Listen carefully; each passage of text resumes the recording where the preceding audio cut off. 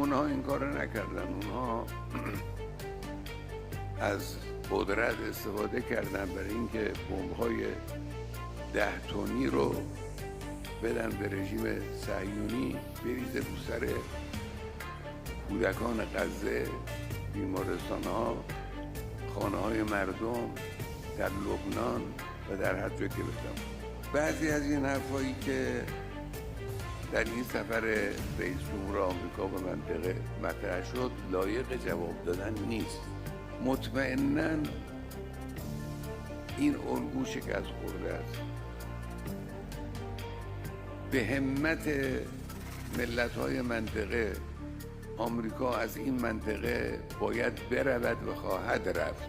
رژیم صهیونی که عده سرطانی خطرناک مهلک این منطقه است حتما باید برکنده شود و